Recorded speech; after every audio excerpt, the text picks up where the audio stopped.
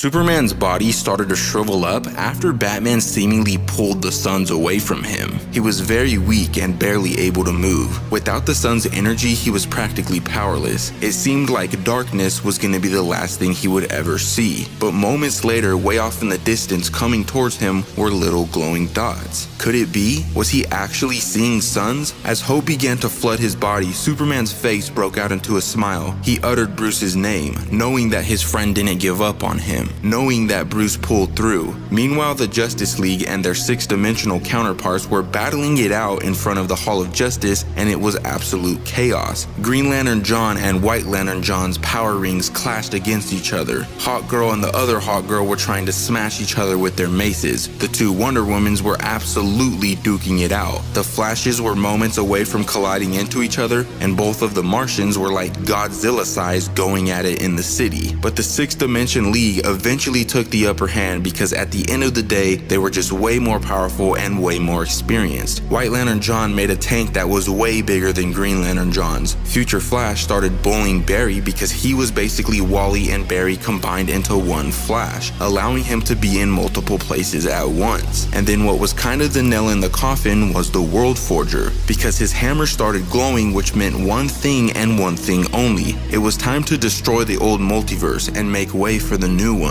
But before he could do so, Batman pleaded with him, begging to be given one more chance to convince his friends to accept this new path so that they wouldn't be left behind and imprisoned for eternity. The World Forger didn't want to, but because Bruce was such a big part of the new multiverse and contributed so much to it, he gave him one last opportunity. And with that opportunity, Bruce begged the Justice League to hear him out, to see that this was the only way forward. But none of them were swayed or willing to hear him out in the slightest, forcing yet another huge battle to break out between them. But what if Batman wasn't actually trying to convince them? What if he didn't care if they sided with him at all? What if the entire time he was stalling so that Superman could get to the suns that he moved into orbit, fly through each and every single one of them one by one, and gain so much power that he was able to speed through multiple dimensions and absolutely obliterate the World Forger before he could strike his hammer and destroy the old multiverse? Because that's exactly what Batman was trying to do, and that is why you never doubt the Batgo. Now, after Clark's punch, the World Forger was absolutely devastated. Not so much because of the pain, but because he believed that now they were doomed, because he had looked at every possible path for them to move forward, and Superman just destroyed the only one that worked. Or did he? Because Batman claimed that there was actually one path that he never thought of. One path that would give them a fighting chance to beat Perpetua once and for all. For the World Forger to fight alongside them